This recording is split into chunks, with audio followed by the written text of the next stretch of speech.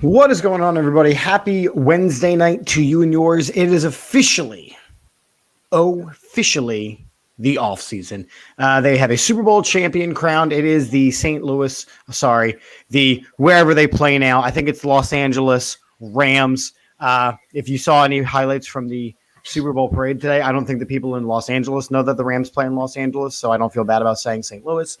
But the Rams are the champs. It was a Super Bowl. We're going to talk about that a little bit tonight, I feel. But I am Chip at Chip for the Birds, joined by Johnny U at JohnnyU9322 and Mike Bauer at Rewind, CEO of the Dynasty Rewind. Gentlemen, it's been a couple weeks. We've been doing some really cool vault shows. You excited to talk about the first Wednesday night of the Eagles offseason? Yeah, why not? The offseason in full swing, and free agency's not far away, so there's a lot of stuff going on. It's not as hectic as it was last year with the whole Wentz and Doug Peterson being fired and new coach and all that kind of stuff. There was a lot. It wasn't as hectic. You can't say it was. Wasn't as hectic. All right. So, true. But, yeah, I'm ready to go. Hey, congrats to Dougie P for landing the Jacksonville job, by the way. I think that's going to be good for Trevor Lawrence. I really do. I'm going to say any high-profile former Eagle that goes to Jacksonville, it doesn't really work out well for them. Trey Thomas, Hugh Douglas. Okay, but in all fairness, those guys went there. It was the end of their career. Well, Hugh Douglas, it was a big contract. So I don't think it was the super end of his career. He was getting paid big money to be a... He came back, too. He did come back the year after. Right. So, yeah. I don't think it's going to be real quick. Let's go through the sponsors. We have a lot of really great sponsors here, and then we're going to get into some of these things. So real quick, a lot of sponsors. We have Statement Games, a fun, free twist on fantasy sports. Make sure you are checking them out. We also have, of course, Dynasty Rewind. That's Mike's little baby. So that's another fantasy sports and all of that goodness that comes with it. So make sure you're checking out what he provides. We have Symbol, the stock market for sports, symbol.com. Use the promo code AAT Sports when you sign up. We have lots of luxury watches. Use the code AATBirds at checkout for 10% off. We have Triple Threat Bets at TripleThreatWagers.com. And of course, we have Manscaped.com. It's partnered with AAT Birds. Use the code AATBirds for 20% off and free shipping at checkout. Your balls. Well, thank you. Every time. So did we also address that the Washington team has a new name? Well, I was going to listen. It's been a couple weeks, so let's go own rapid fire. Let's get our own rapid fire going on. So let's start in division. Let's start with the Washington Commanders. Johnny, thoughts? What are your thoughts on the Commanders? Are you commandoing for the Commanders tonight? The funny thing is, every time I hear that, I think of, did you see them outside the complex, like the 4 people out there that Mike knows what I'm talking about. Was Rio down there? Yeah. Rio was down there. Rio is a commando ambassador. Is he really? I mean, he's an ambassador for the team. He does a lot of the stuff like the vlogging and the website and things like that. Rio's does amazing things. However, they're the Commanders in probably what was the worst kept secret in the history of the NFL. Big time. Yeah. And Richard says it here, man. Dan Snyder has to be the worst owner in the NFL. He's got now another lawsuit pending, but don't worry. Him going commando with a bunch of cheerleaders is going to get swept under the table again because now they're the Washington Commanders. Yeah. Lovely. Lame. Oh, exactly. My issue with it is, like I said, I don't necessarily have a problem with the team name. I mean, it is as generic as it comes. It's a great AFL team name. But the rollout and the hype for the straight Washington job of releasing it was terrible. They literally had pictures of the store in the window, like, hey guys, it's the Commanders. My one question though here is, they put the Commanders and they did all the jersey ads. Why do they have black helmets? I like the black. I think the black's the best one. Every team gonna have black too. That's why I hope the Eagles go with the Kelly Green alternate this year, because I think that would look really, really good. Please. And it's something that we can get into this offseason, because if that gets released, that would be a great topic to touch on. But again, for future. I might actually buy a jersey if they do that. I'm very anti-jersey because every time I buy a jersey, the person has a catastrophic career-ending injury or they get traded or released. We know if that happens, what jersey you're going to buy. But okay, Jalen no, Quez Watkins. All right, so we have basically the same set of thoughts on the Commanders. Can I just say one thing on that? Nice, sure. You can say two. You can even say two things if you want. When the XFL was around, I liked the DC Defenders because it was a good name for a minor league football team. This is the NFL. Yeah. Do better. Dan Snyder is a multimillionaire, and you can't hire somebody to come up with something better than the Washington Commanders? Come on, dude. Yeah, I feel bad because the money went all to his legal fees. Yeah. Do you remember a couple years ago, or this might be like a decade ago now, I can't even remember the team name. I think it was the Clippers. Maybe they forced that owner out because of those sexual allegations in the NBA. Can they do something like that with an NFL? Clearly owner? not. I know it's a good old boys club, but he's got to go. My favorite thing about it is in DC, you have the Nationals, the Capitals, the Commanders, and the Wizards. Because recently they, of course, changed their name from the Bullets, which would have fit right in with the rest of it. But I digress. He should not have changed it from the start, if you ask Richard. And again, you know what, Richard, I tend to agree with a lot of the things you say. I do agree that they had to change it. Keeping things just for the sake of keeping things. It's the same thing like with the Cleveland now Guardians of baseball. I mean, look, some names are just not okay. And just because it was their team name doesn't mean that, I don't know. So that's the Commanders. We touched on already. Rapid fire question number 2. Let's talk Dougie P in Jacksonville. Doug Peterson, former coach of the Eagles, was one of the first coaches hired after the Flores, release. And, it doesn't get more vanilla than Dougie P in every sense of the word. He literally is a, advocate of vanilla ice cream. Mike, what are your thoughts on Senor Peterson, Super Bowl winning coach of the Jacksonville Jaguars? I like it. I'm curious to see what kind of staff he puts together. I believe I heard he kept 9 of Chip's coaches when he came here. So apparently building a staff was not his idea. I believe he hired Press Taylor. I was going to say it. Oh my God, he's going to die on that sword. But here's the thing. Let's not forget Doug Peterson can only coach the players that he's given. True. So, look, 19, when that team limped into the playoffs with our former quarterback throwing to guys that never played in the NFL again, I think he's going to be fine. He developed Carson well. There was just other issues there with Carson. We have to be real about that. Trevor Lawrence is not Carson Wentz by all means. As a prospect, he was by far and away better. They have James Robinson. They have Travis Etienne. If DJ Chark would come back, they have good outside receiver. They have some weapons there. So look, that division's wide open too. You got Indianapolis, who may or may not be moving on from their quarterback. The Houston Texans. Don't go to the other questions. I'm sorry. Well, here, and we'll get into it. There you go. There's a nice lead in. You have the Houston Texans are a shit show. And you have the Tennessee Titans, who showed that without Derrick Henry, they're a much different team. So that division is wide open. Okay, so I think it was a good spot. Plus, I believe I heard that Doug Peterson lives in Florida. So it makes sense. I don't hate it. I wish nothing but the best for Doug. I wish nothing but the best for Doug, but I do think that, I was not impressed with him as a coach here. Yes, he won a Super Bowl here. I get that. I just don't think that he's all that he's cracked up to be. You saw how quickly he dropped off. It's just, we'll see. Richard saying if this coaching change doesn't work, then the team should go up for sale. I forgot the owner's name. Is it Khan? Khan, right? Balaki? Balky is the GM. Balky's the GM. And that's why Byron Leftwich, who, by the way, would have been a perfect fit in Jacksonville. Agree.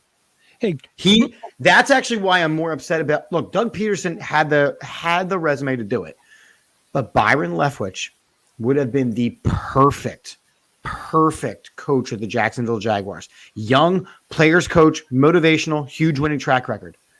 Doug Peterson, A huge, winning track record. You're an offensive coordinator. as an offensive coordinator, but working with guys like Tom Brady. You know what I mean? Yeah. So I think Byron Leftwich would have been a better hire. He's going to go back and do things with the Bucs, but here we are, and Balky, the GM, was picked over Byron Leftwich, the coach. Question: do you think the correlation between Doug Peterson and Frank Reich was kind of similar to Mike Ditka and Buddy Ryan in the sense that they worked together, they won a Super Bowl apart, they were successful in their own right. However, not as good. Not as good. You see what I'm saying? It's just something We're going to find out. Yeah, we are going to find out. And I mean, and we'll get into it.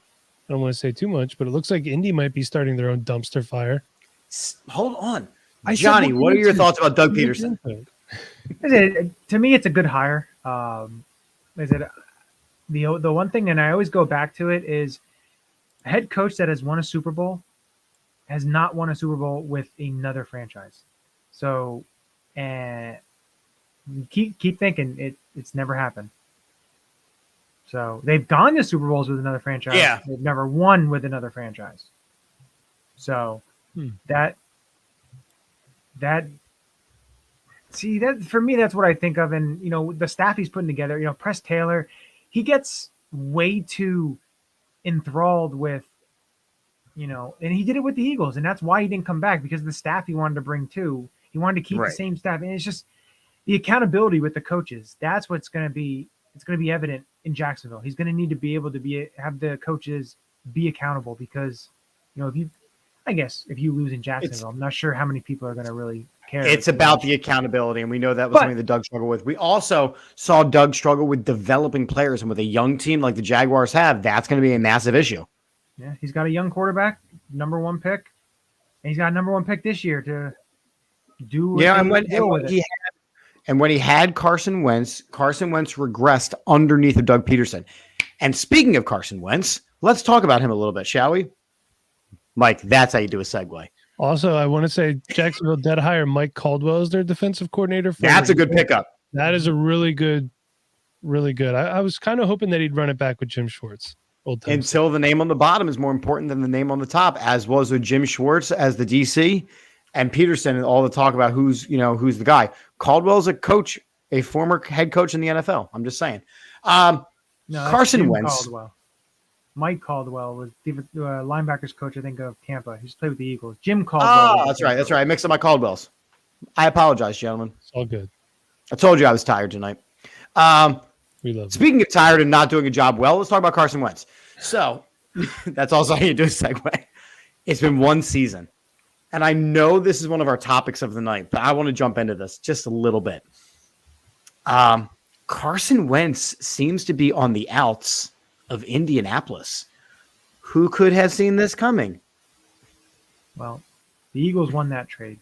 So hard. That's pretty evident. And I think the big thing about it is, if you take a look at what the GM said, Chris Ballard, when they talk in quarterback position, a lot of signs are pointing towards, like you said, letting him go. And for me, with Carson, I think the biggest thing was that I think that injury did a lot more to him in the aspects of his game overall. He's not the player that he used to be. And it's sad to see, because you watched that 2017 season and the way he played and how he played that whole entire season, the type of quarterback he was, and then came back early in 2018. He had, some good moments. He still had good moments in those years, but yeah, he regressed, but he just not the player that he was in 2017. And it's evident, watch him last year. He didn't have a terrible season, but again. But he also had Jonathan Taylor running the ball. He didn't have to do much. Well, yeah, that helps when you have a good running game and everything. But, there were plays that, he just didn't elevate, especially the last game of the season. I think that may have been the final straw. Them losing to Jacksonville and not making the playoffs after basically almost having a playoffs almost guaranteed. That was my lock. 2 weeks prior. Yeah. Yeah, he's bringing that up, his lock of the week.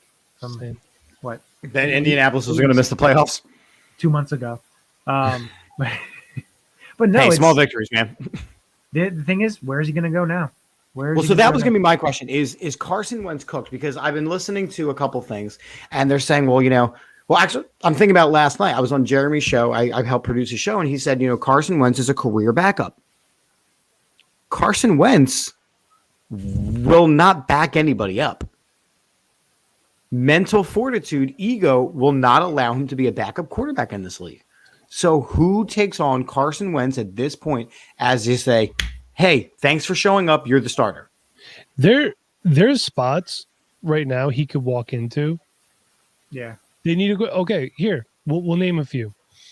Would you rather start if you're the franchise? Okay, would you rather start Carson Wentz or Mason Rudolph or Dwayne Haskins? You got to go Wentz on that because you got to go Wentz. But does he have the ability to beat them out? And we're just looking at. You have to understand that those guys are at least Tomlin guys right now. Carson Wentz will be coming in cold. Let's look at it from the aspect of the franchise. Would you rather start Carson Wentz or Sam Darnold? Year 2 in Darnold's system, I would take Darnold. I probably would take Darnold.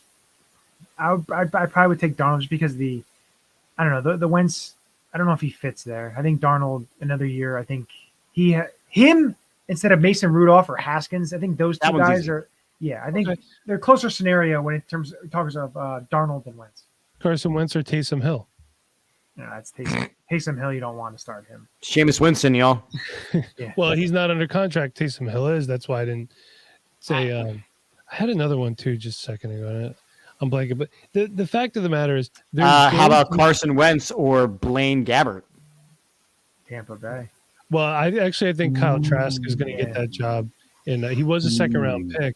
I did like Kyle Trask in Florida, but the fact of the matter is, he's going to get at least one more shot at quarterback, and I think it's this year. And I do think that first of all, the Colts GM shouldn't have come out the day after a devastating loss, pissed off, and say you got to cool down a little bit.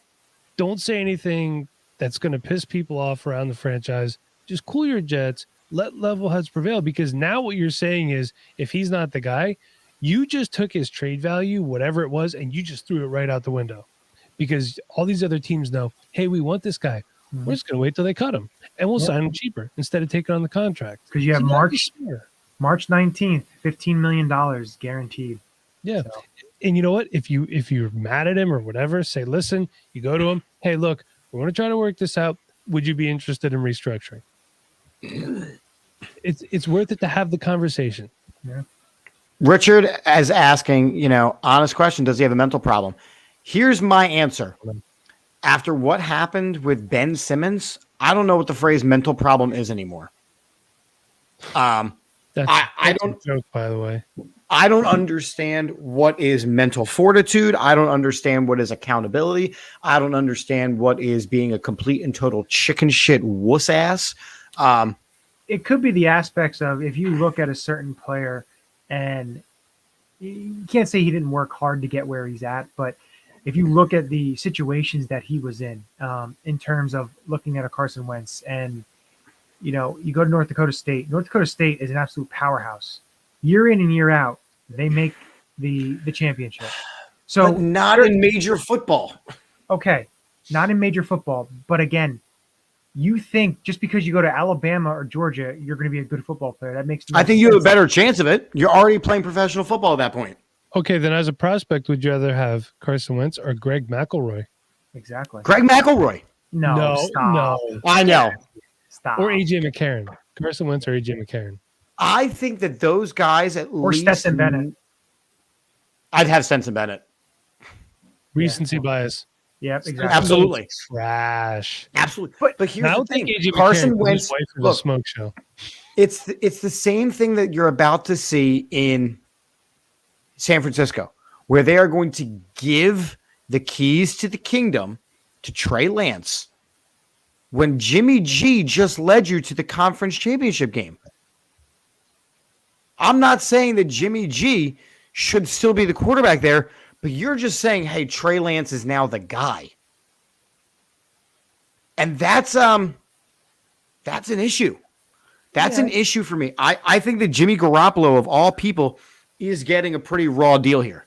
Well, I think what it is with Jimmy G was I think the writing was on the wall already. And they said they're going to look at a situation where he goes, and hopefully, I know Mike sent me something about, Eagles and Jimmy G, and I hope not.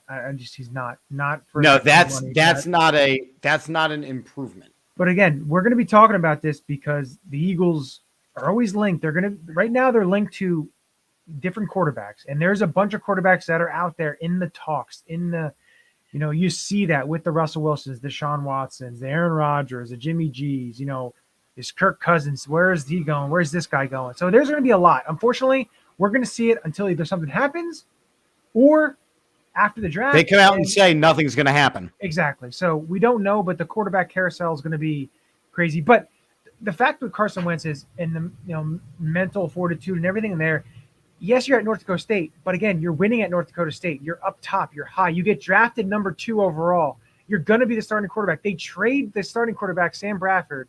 You're starter from day one. Yeah. After they trade him, before the season starts, they trade him. You're the starter. You're the guy. And then you're the starter next year. And then all of a sudden, you guys go all the way to the Super Bowl. You get hurt, but they go to the Super Bowl. Everything along the aspects of being put up on that pedestal to then when you have to be ask these questions, maybe it's something new that isn't something that's familiar.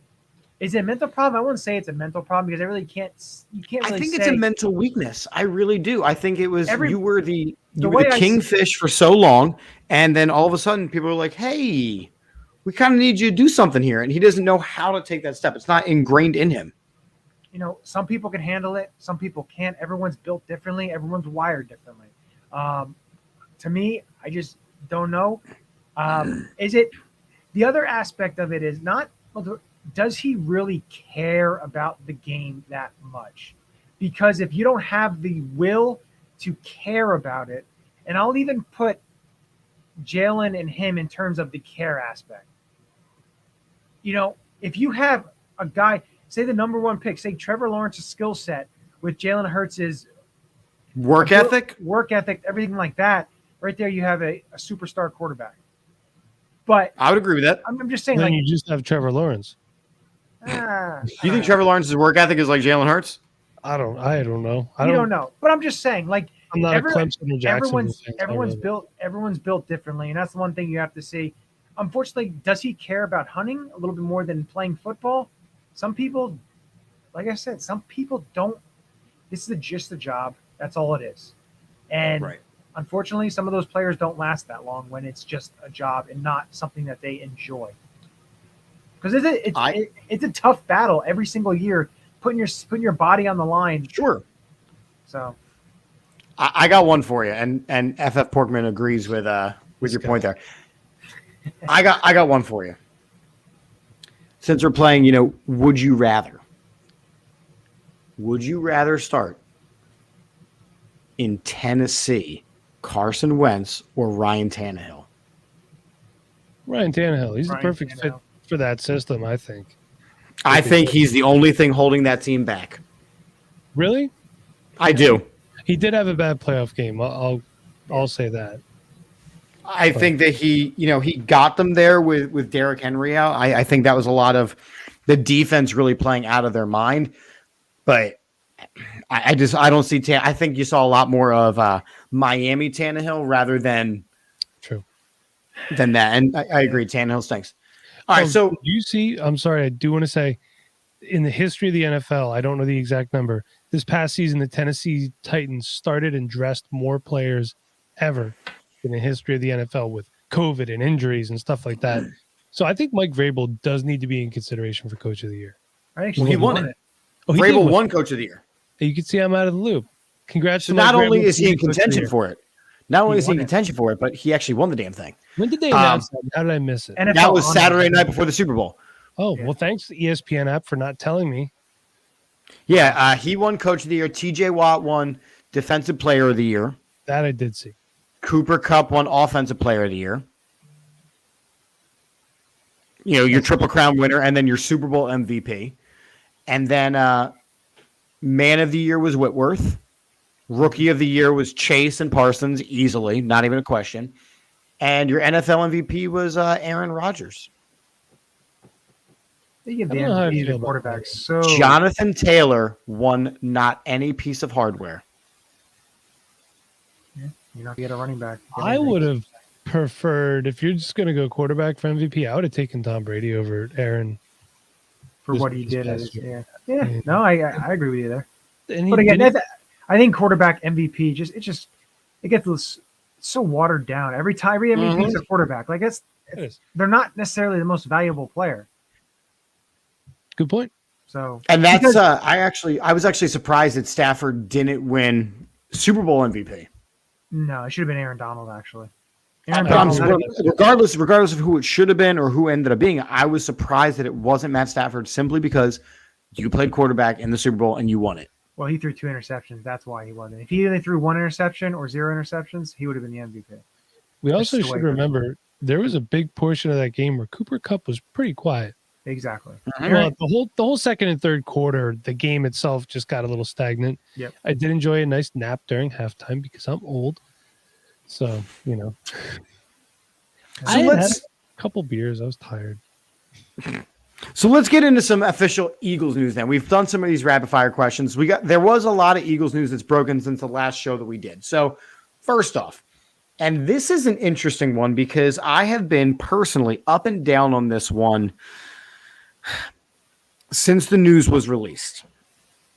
The Philadelphia Eagles defensive coordinator, Jonathan Gannon, will be back for his second season, which means all of these. Yeah, Porkman, I agree, man. How did you possibly fall asleep during halftime? You're not hip with it, sir. I am not. I'm the least You're not- hip person on the planet, for the record. Yeah. You need to go to Hip Hop Anonymous. First of all, is he wearing a Washington State hat? I am. Yeah. You and Andre Dillard, the two people that. Yeah, That's my Ryan Leaf, Andre Dillard. I could just keep naming busts. That's from my Washington second State, favorite college team. and that's why they Okay. suck. All right. Go Thanks, back to your buddy. question. So Jonathan Gannon. Jonathan Gannon looked like he was going to run away, absolutely run away with the Houston Texans job, until he didn't. Until he was no longer the guy. And we lost out on a whole bunch of big name defensive coordinators that suddenly became available. Are we excited that Jonathan Gannon will be the defensive coordinator for the Philadelphia Eagles for season 2? I'm going to put it this way to you. This is the second season for him. They go into free agency with money. They go in the draft with all this capital. There's opportunity here to get players to fit what he does. Whether that be, a couple free agents that help and, some pass rushers, different things along the lines of that. But this is the second season to be able to work out the kinks or whatever was holding them back defensively. For me, okay, if he winds up getting a job next year, Vic Fangio, I don't believe got a job. There's going to be guys still out there that there are going to be guys out there. If you Wink Martindale didn't get a job, I do not believe. He actually went to the Giants. Giants. Oh God, So, They put together a hell of a staff out the there. Giants put together a good coaching staff. They but did. again, like I said, I'm willing to give him this year, and let's see what he's got. Time will tell because they have the opportunity to get the players that fit what he does as a defensive coordinator in terms of his scheme. So you asked me if I was excited. I actually am excited, and here's why. The one thing that I like is the continuity of the coaching staff. I hate when coaching staffs are constantly turning over. We do need to. I get what we saw. We didn't really like as Eagles fans. We want the gangrene defense back, right? It's not really how the NFL is played anymore for the most part. No. For the most, I think you just saw a Super Bowl champion that disproves that point. Okay, but that defense does not look the way it does with standard defensive tackles. You have Von Miller, you have Aaron Donald. So you know what I mean? They don't need to create a lot of pressure because those guys are the pressure.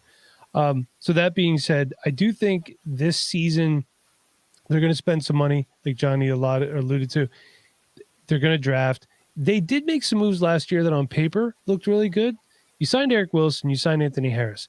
On paper, those are the type of moves that you make as good, solid transitional pieces. They just didn't work out. But those were moves that when they happened, we didn't hate them.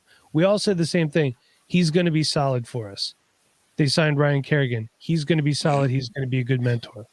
It didn't work out. So I don't hate Howie for making any of those moves because those are similar moves that he's made in the past. They have worked out. They were good moves. Let's also not forget, a lot of people slammed Howie when he signed Javon Hargraves, that big contract a couple years ago. It worked out well, and that Hargraves was hurt last year. So last year was a wash. As far as, Johnny, you were talking about Fangio. What I heard was Fangio was holding out for a head coaching job. Mm-hmm. If he didn't get it, he was going to take the year off. So I don't think he would have came here anyway. Yeah, I would have kind of liked to see Martindale here, to be honest with you. But I do think looking at the rest of the division, we're going to have to strike soon because New York, if they get a quarterback, man, look out. I think the Giants need a lot more than just a quarterback, and we'll get into all that as we start talking a little bit more free agency. I think that this comment is important, right? Simple answer is no. An aging D-line and refusing to blitz will be the reason why this defense will have a problem. You saw against Tom Brady in the playoffs, and I'm just going to focus on that one game because you got this false sense of comfort over those last couple of weeks of the season, the same way you did with Jalen Hurts and this offense. But also this defense, we didn't really play anybody. And I know you can't control your schedule. I know you can't control who you put, but we didn't really play anybody. So when all of a sudden we played somebody, Jonathan Gannon had one of the worst game plans I have ever seen for a playoff game.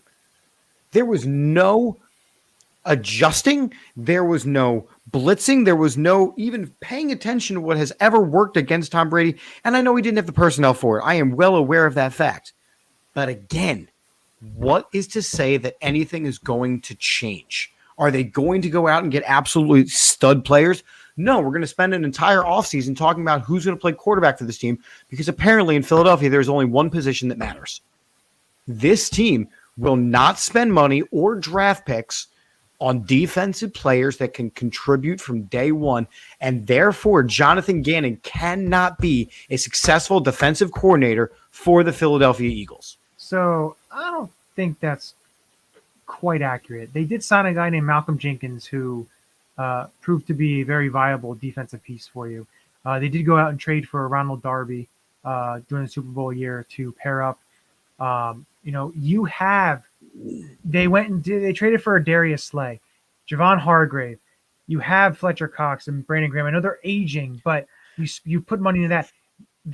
But it's only one move. It's only one or two flashy moves so that people will stop going, okay, cool. It's the development of players. It's the drafting young. It's the getting the guys who they need a couple years out of, and you need to spend money on a linebacker. So tell me this. Yeah. Did TJ Edwards, develop a little bit last year? Did he look pretty good? Did Marcus Epps develop a little bit and look pretty good? Sure, he did. So there's two pieces. Josh Sweat looked pretty good last year.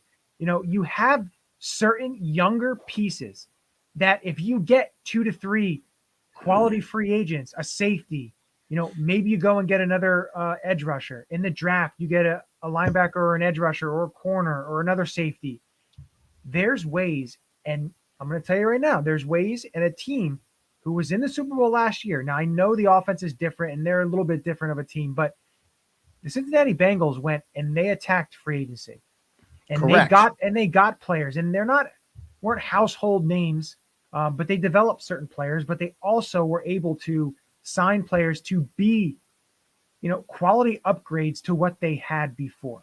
And yes, they have a quarterback that's very, very talented, and they have a great receivers, and they have that. They also have a terrible offensive line. So there's certain aspects, we knew on draft night when they did not draft Penei Sewell was going to happen because Joe Burrow was so good. He could hit anybody as long as he has the time. But if you put just anybody on the offensive line, Jamar Chase is going to be standing there with his arm open with Joe Burrow on the ground. And that's how the Super Bowl ended. Yeah.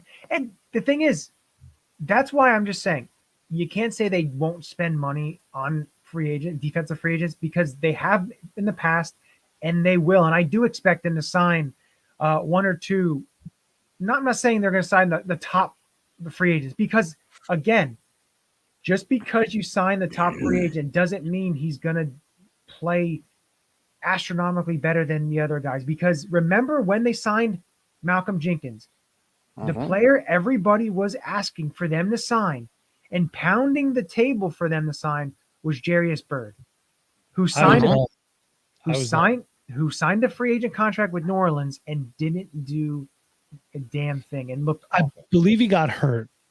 Yeah, well, in all fairness, Malcolm Jenkins was a great signing. So he was. And Andy Reid did that too. His second year in 2000, he signed John Runyon was a big contract guy, was a big guy, but he supplemented with certain players.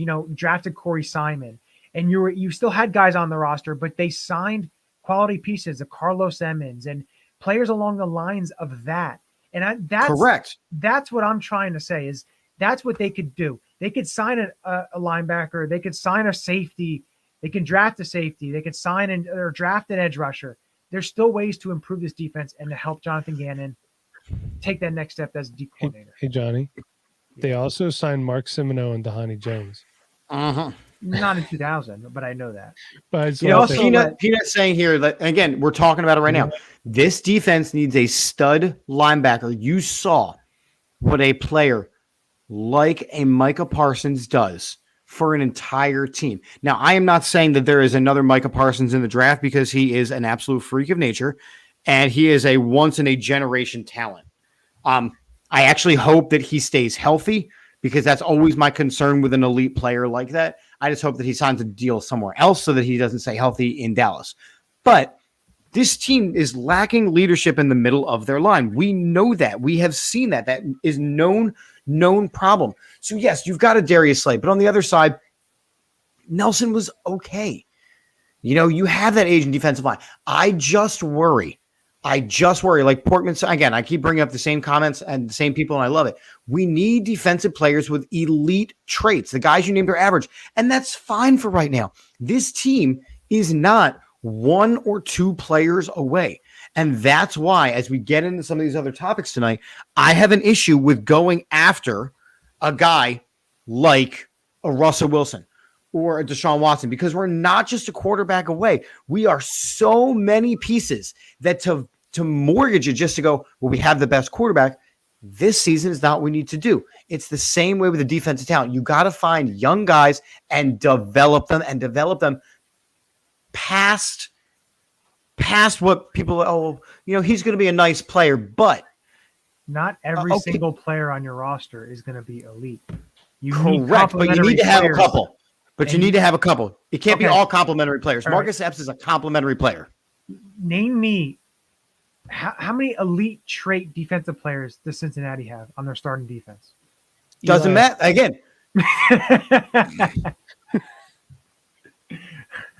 That's our show, guys. We've been great. Do you think he gets cut this offseason? I think he gets I think he goes to training camp and then he may be a third or fourth corner. He's still a starting cornerback in a Super Bowl. So Bates. Yeah. I mean, look, they had a couple guys, but Joe Burrow single-handedly brought that. Joe Burrow and Jamar Chase brought that team to the Super Bowl. But wait, dragging, kicking, and screaming. Okay, hold on a second. Hold on a second, though. Jesse Bates and maybe Trey Henderson, that's two guys, maybe just two guys, maybe. Joe Mixon helped bring that team there as well. I'm talking defense. Sure. But you said Joe Burrow brought it, and you just said you don't want to get a quarterback. Because, again, Joe Burrow is the next level of eliteness. Russell Wilson is just a slightly better, more aged version of Jalen Hurts. It's the same exact offensive scheme, and Russell Wilson's just been doing it a little longer. See, I can't agree with that. I don't think so. I mean, I see some of the similarities in their play style, but Russell Wilson, he's different to me. Just imagine Quez Watkins with Russell Wilson. I would love that. I'm just saying, it's a totally different offense. Russ doesn't run as much either. Not anymore. He can escape outside, and he's so hard to bring down. Yeah, he does have a better arm. But what does Russ look like behind this offensive line compared to what he's had with the patchwork of the Seattle offensive line. Sure. The past couple of years. Go out and get me There's a- Derrick Henry. I don't care about Russell Wilson. Go get me Derrick Henry. That's not Yeah. going to win. Get me a running back. You have plenty of running backs. I know you do, but we're talking about right now the way this team has been starting to be built is as a run-first team. So go out and get the best running backs. Okay. You know, Ryan Tannehill signed a stupid, huge contract in Tennessee. Not because Ryan Tannehill is a good quarterback, but because he was a good game manager. I think he was Jalen half Hurts, if he can be a decent. good manager, it's different. We'll see. They said there's a lot of questions, but who do we want to keep on the Eagles team? I was just about to say, so we spent some time looking at the list of free agents and restricted free agents, and each of us went through that list, and we're going to go through our picks of who stays and who goes, and Johnny made some nice graphics, so we're going to add it. We're going to start with Johnny. All right. And you can see the red are people that we would say go, and the green are people you could, say they could stay. Now, RFA behind the names are restricted free agents. So basically, there's a little bit of a concept with that.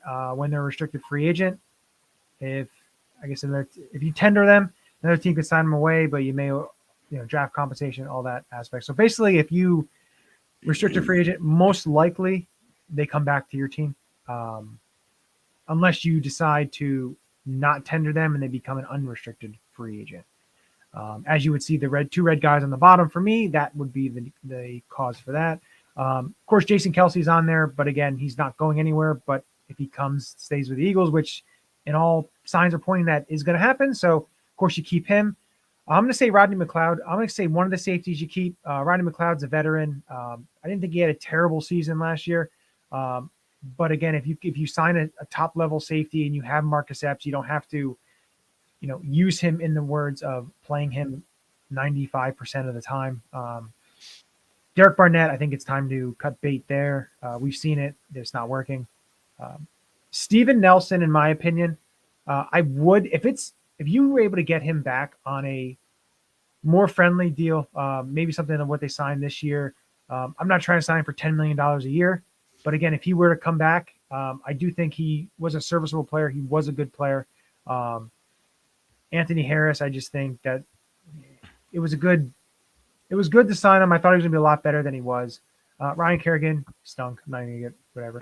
Hassan Ridgeway is a good depth piece, a player you sign. Maybe if he doesn't make it in free agency, you cut him. You don't really lose much on that.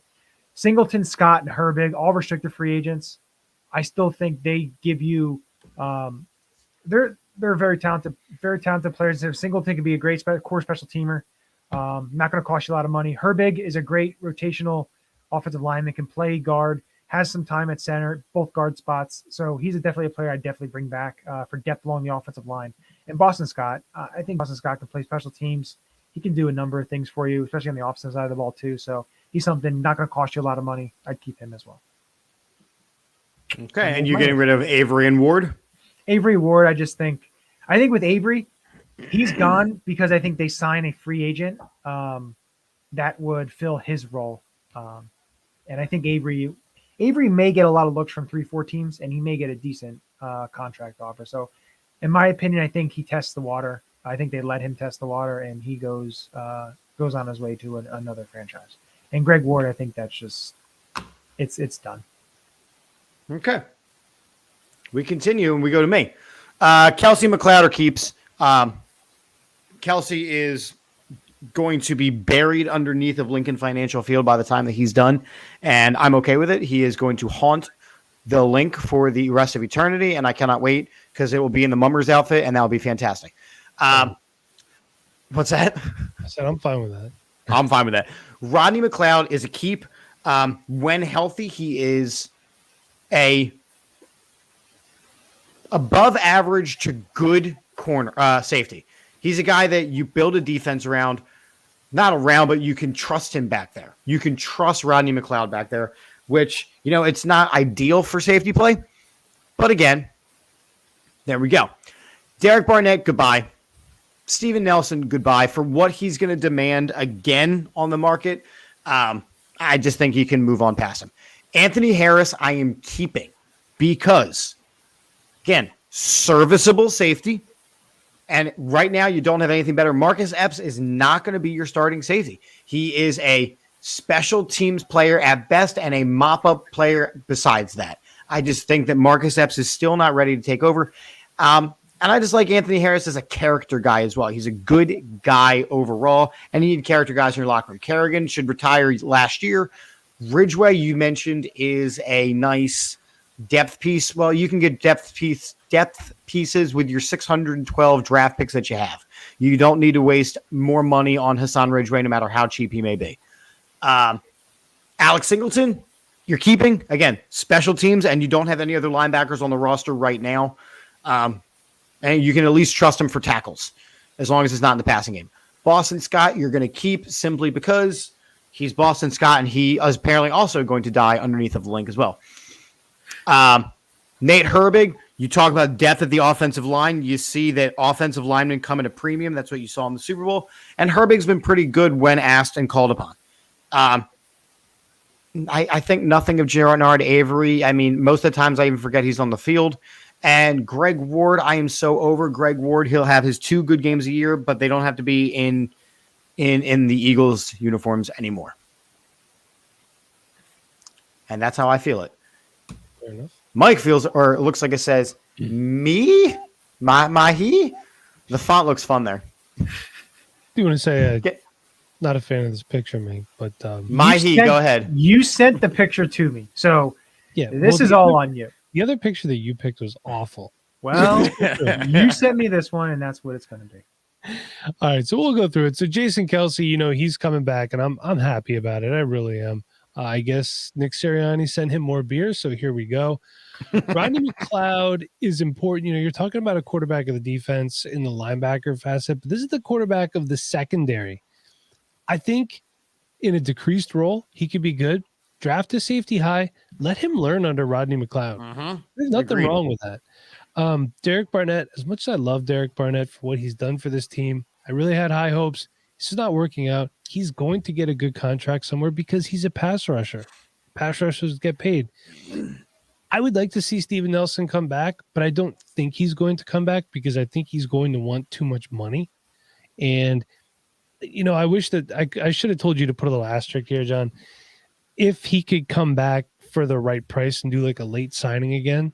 But I don't know if they want to sign a cornerback late again. They want to get a jump start on next year. This is year 2. This is an important season for Sirianni and the team as a whole. Mm-hmm. Anthony Harris can just – if I never hear the name Anthony Harris again, I'm fine. It's like if I never hear the name Nate Gary again, he could just go. Ryan Kerrigan is useless. He's probably one of the most useless signings that I've ever seen as an Eagles fan in my 30-plus years as an Eagles fan. Stacey Andrews. I will take worse. Kerrigan is worse. Kerrigan. Okay. Kerrigan literally didn't show up on the stat book until the playoffs. Week 19, Ryan Kerrigan. That's what I'm always going to remember him as. Hassan Ridgeway. I like Hassan Ridgeway. I do. But I feel like you can let him walk, and if there's an injury or you need to bring him back, he'll be there. Yeah. So I think if you want to try to upgrade and have him as a fallback plan, he's a good fallback plan to have, just like Richard Rodgers on the offense. He's not getting signed anywhere. If you need a backup tight end, you can grab him. He's going to be on the street. So Alex Singleton should stay because Alex Singleton is a very, very good special teamer, and we know he could play, and he's better as a fill-in linebacker than a constant starter. We've seen that. That's his role. I would love if Boston Scott stayed, but I think he gets a contract offer from somewhere else because Boston Scott's a good running back. He is. And he deserves to go somewhere where he gets to play more. Nate Herbig, believe it or not, as much as we hate to say it, Nate Herbig has played important snaps for this team the last 2 years. That being said, if I ever see him snap the ball again, I'm going to snap because he should not be a center. I love his big baby face, the way his big fat cheeks are in the helmet. I just love looking at him. It makes me happy, but don't touch a football again unless you're recovering a fumble. That's it. I think Gerard Avery can stay because they can have him cheap. Just because he's staying doesn't mean he makes the roster. But I can see them trying to do something with him, maybe, move around in different places. We saw that in training camp last year, and we didn't see it at all during the season. So, and I think, that, by the way, briefly, I think that's another reason why Eagles fans were so mad at Jonathan Gannon this year, because everything that we heard about in training camp, all the different schemes that he was doing and trying, it didn't transfer over to the season. Yeah, it was just Jim Schwartz. It was just Jim Schwartz again. He coached scared. Yeah. He coached not to lose the game. That's what he did. And I do think that they're going to draft some wide receivers or pick some guys up, get some free agents. Yeah. And as much as I love Greg Ward, the touchdown pass that he caught the back of the end zone against the former Washington Redskins was a great catch. That's probably going to be his career highlight. It's time for you to move on, Greg, to greener pastures. And I will say, my prediction of Greg Ward more touchdowns than Jalen Reagor, unfortunately, did come true this year. Yeah, that was a big unfortunate. I mean, look, the thing about the list in general is that it's not a very exciting list. It's not a very exciting list of players. This team, for all intents and purposes, is still not a very good roster. You know what I mean? We got in the playoffs because the playoffs expanded. You know what I mean? But this Eagles team, I still do not feel is an actual playoff team. Just because they have it on their resume. Look, I think what you have to really look at, though, is if Aaron Rodgers were to leave and go to the AFC, then you look at the NFC, and with the Eagles with all the draft capital they have, and the Eagles with the cap space to be able to go out and get some free agents. You know, this is year 2. But again, is this the part where you're about to say that if Aaron Rodgers goes to the AFC, that the Philadelphia Eagles can represent the NFC in the Super Bowl? I'm not saying that. I'm just saying that the NFC is wide open. But it's not. It's not, because at that point, the teams that were on that secondary level rise to the top very quickly. The more complete teams, the more dominant teams. That's where you see Dallas actually getting to the NFC Championship game. That's where, because they're a more complete team. They have the pieces. They just have a really bad coach and an owner who meddles too much. That's where you see a team like Minnesota. If they can figure out their Kirk Cousins situation, they have all the other pieces. That's where you see a team. They had a third one. Oh, the Rams are still there. I know the Rams have, they're in cap hell. I'm telling you this right now. And you can put it's on record. They're not repeating. I know. No. I'm not saying that. The Rams hit their peak. And their downfall is now coming, and it starts with next season. Is that a lock? That is a lock. You can lock that in because I'm telling you right now, that's what's going to happen. They hit the peak. They got to the top of that mountain. The only way now is they're going to be going down. Unfortunately, it's the way it's going to be. I think the big thing that you have to understand is that right now the AFC is about to win Super Bowl titles for probably the next 5 to 6 seasons pretty easily. The AFC is turned into a juggernaut. Beating the hell out of each other. That's the biggest thing. And I get that, but whoever comes out of the AFC is going to win the Super Bowl hands down moving forward for the next 5 or 6 years. Because you just look just simply at quarterback play. Herbert, Burrows, Mahomes. I mean, I'll even go as far as to say Lamar Jackson. Not a great quarterback. Josh Allen. Yeah. What I'm saying is all of the quarterback talent right now is in the AFC. The young quarterback talent. The young quarterback talent. Shut your face. Shut your face. You love me. I do. But again, you're looking at the Aaron Rodgers situation. You saw that Brady retired. The Saints don't have anybody. You're right, Johnny. I can understand that. But the problem is that this Eagles team is still not built to compete. And you mentioned, well, you're going to have to draft some guys. You cannot expect draft picks to put you over the edge in their first season. Yes, Jamar Chase is a freak of nature. I know you're getting ready to say that. I get it. But he still had Joe Burrow throwing him the ball. Micah Parsons. But he didn't put him over the edge. Even though how good he was, he did not put that team over the edge. My thing is, Aaron Rodgers leaves at the end of the offseason when you get into after the draft and how the team looks, depending on whatever happens and who they acquire and who they get and how the team stands. if Aaron Rodgers leaves and goes to, say, the Denver Broncos or whoever that may be in the AFC, you say every team going to take a nice step up. To me, it is wide open. I understand these other teams, but it leaves the NFC as a wide open depending on what you do this offseason to help you gain another step. I'm not saying they're going to be Super Bowl contenders, they're going to be in the Super Bowl. What I'm saying is it gives you another step up, in your retooling process of the team. Question. If Aaron Rodgers leaves the Packers, is the NFC North one of the worst divisions in the NFL? I would say it takes. I think the NFC North is gonna. I think they're gonna be the worst. Them and the AFC South. Packers, Vikings, Bears, and Lions. I mean, the Vikings at that point win the division pretty easily. But a new coach, so there's going to be an adjustment. Bears have a new. But coach. again, I know they have a new coach, but they still have the pieces that they do. The Lions going to Lion, and then you're going. Lions going Lion, yo. You're going from Aaron Rodgers to Jordan Love, which is a big step down. I mean, Jordan Love is a good arm, but I wasn't high on him. He's got a decent arm on him. He doesn't have Aaron Rodgers' arm, for sure. I wasn't very high on him when I scouted him coming out. I thought he shouldn't have been a first-round draft pick, but here we are. I didn't think so. But like I said, and that's why I said, and I'll end it here, that's why I said the NFC will be wide open. And again, I hear you, but you're also – one of the things that we have to do still is we have to look at where will certain guys end up? Russell Wilson, all things are being said that he might not be in Seattle. We haven't even talked about Seattle. They could rebuild around him. No. That's wait, if the NFC is wide open, wouldn't it make more sense for Russell to stay in Seattle? That's what I was going to say. Team? Sorry, I didn't mean. We did not even talk about Arizona at all. If they Arizona's still out there. If they fix what's going on. What it comes down to is this is the offseason of quarterbacks. And as we're saying here, Jalen Hurts is a Super Bowl caliber quarterback with cap space. No. I totally disagree. Get him off this show. Stop putting his comments up on the screen right now. No, because he's helping me.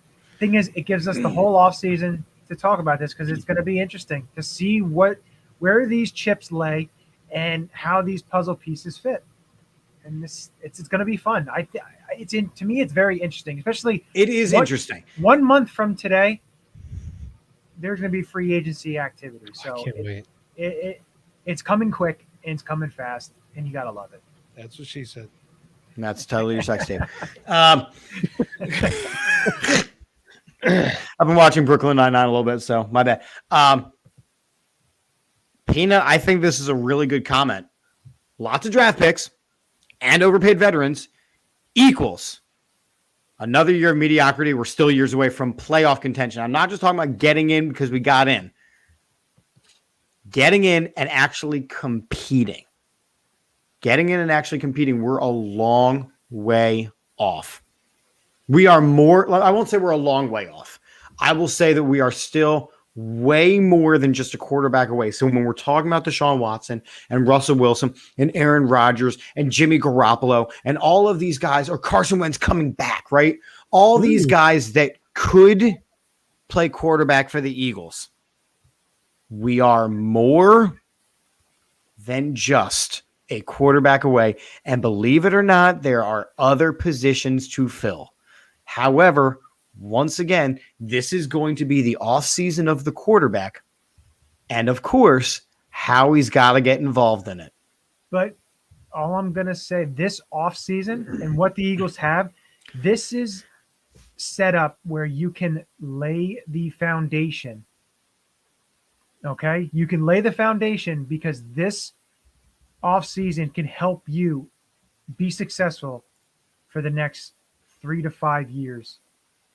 Very, very successful in the next 3 to 5 years to taking those steps where you need to go, where every fan wants you to go. And that's why I said this is a big off season, is because you can lay the foundation to be able to be a contender year in and year out. I agree with that. It's for them to be able to do it. So that's why. And I agree with that. And that's why I struggle with the idea of Russell Wilson coming here, because you don't know how many more years the guy has. You just don't. So are you planning on competing for a Super Bowl realistically next season? by giving up everything you're going to have to give up to get a Russell Wilson? Absolutely not. We're not there. We're not ready for that. Now, you wanted to get a guy, and I'm going to say Deshaun Watson. I'm going to say Deshaun Watson, if he did not have any issues, then it's a no-brainer for me. Yeah. However, he's got a lot of issues. If there was nothing along the aspects of what he did or has done or allegedly has done, whatever that is, if there was no baggage with him, I say you give up all 3 of your first-round picks. Correct. Pick next year. You get him because he's what, 25, 26? He's in that range where you want to build a team around him. Exactly. That's for sure. 10 years of a franchise quarterback that can put you over the top. So, but he comes with the baggage. Exactly. So it doesn't make sense to get Aaron Rodgers. It doesn't make sense to get Russell Wilson. It doesn't make sense to get a Jimmy Garoppolo. I mean, Jimmy Garoppolo would be literally a lateral, if not like a little blippy type move. Jalen Hurts, while he was mediocre this season, look at all the stats you want to manipulate the way you want. He was mediocre and he had a lot of glaring flaws, but he didn't do anything to lose himself the job. Now, he didn't do anything to secure himself the job long term, but this draft class, and I know, Mike, I know that you would really like the Philadelphia Eagles to draft Kenny Pickett. Would love that. So can't wait for April 29th when he's not on the Eagles and you can stop posting your stupid Twitter post with this dumb picture. I sent you a picture. You could just use that. Maybe I'll be a little bit happier if you use the picture I sent you with him and Eagles, maybe make you feel better. Want Howie to see him in his pit uniform so he knows. Howie has seen him in his pit uniform, and I think he could care less. I think he cares a little bit. But again, I think that this quarterback draft class isn't good enough to replace Jalen Hurts after one season. And again, one season under an offensive coordinator, one season under a head coach. Once again, this guy jumps and changes every single year. Give him one more year because he didn't do anything to lose him the job. By the way, guys, we did not talk at all, not even once, whether or not Gardner Minshew should be a starting quarterback in the NFL. Well, again, we have plenty of other shows to talk about that. And we do. Anything else we want to do on this first offseason show of the 2022-2023 offseason? I don't think so. I think we pretty much hit everything that, especially from the past couple of weeks since we missed the show. Like I said, we're not going to be doing it every week. Maybe try and do it every other week, depending on news and stuff like that. Just to kind of keep it fresh and keep the conversation going. But I think we kind of hit on everything. Indeed. Do you really not like my hat? I like it. I think it's a good hat. Don't worry. I know you're getting a little self-conscious now. You're blushing. You're all that. I like it. But remember, it's really warm in here. It's weird. Andre it's Cougar approved. Yeah. I'm sorry, but when I see that hat, I think of Andre Dillard. So yeah, that's almost like me wearing. It's like me wearing, a number 19 Eagles jersey. It's like J.J. Arcega-Whiteside. You get. At first, I thought it was a fox. I thought it was a fox on your hat, but yeah, it's not. I can't put comments in here. I'm just gonna text Porkman. All right. So look, that was the first offseason show. This has been the All About the Birds weekly report. Shout out to our wonderful, wonderful sponsors.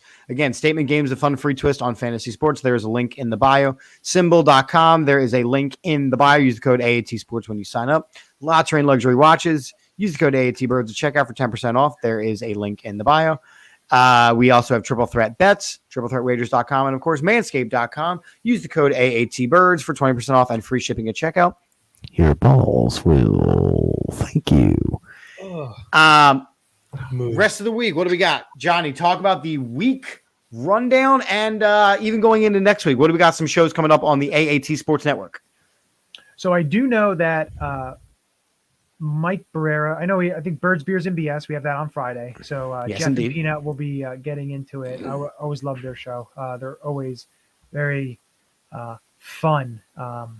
And my favorite thing is Peanut knows how to get Jeff going, and I think that's the greatest part of that show. So definitely, if you have not watched it, go on the YouTube channel, AAT Sports Network. You can find it on there. Birds, Beers, and BS. If you want to watch it from episode 1 to now, I highly recommend it. But I know Mike Barrera, he's going to have a show on Friday. He's going to record with, he said somebody from San Jose. So I'm not sure if that has to do with the San Jose, I think San Jose Earthquake. I'm not sure if it's the whoever the Union play. But he has an interview coming up. So that's something that's keep an eye on for that. I do think the Draft Vibe show, which is the new draft show, is going to be starting soon. So definitely keep an eye out for that. Next week, of course, you have your show on Monday night. It is not Valentine's Day, so you can have it on. Right. It's not Valentine's Day, so I actually feel like I, can do a show. Yeah.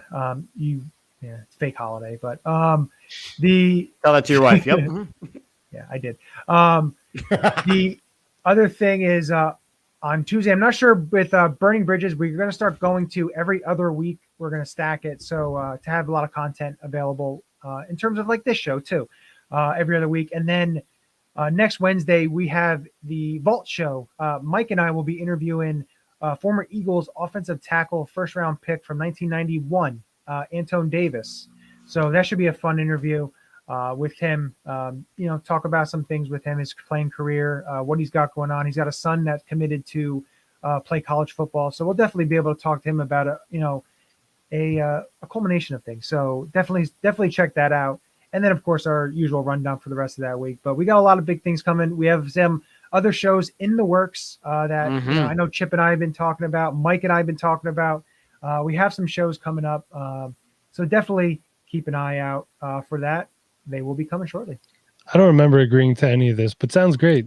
Oh, you did agree with it. Remember you, me, and Peanut. So what if? I don't remember anything. Yeah. Okay. And by the way, Mikey, I'm not reading. The full name is Michael Hawk. There you go. I know what you're trying to get at, but you're not gonna suck me into it. My Valentine's Day was fantastic. Thank you for asking. Yeah. I appreciate Mikey so much. So Mikey is a student of mine, and Mikey comments a lot, and I appreciate it. It's so interesting to see, students into the real world. Because we are real people. We don't sleep at school. So hi, and also now, bye. Mikey, sign off because I got to play that commercial that you don't need to hear.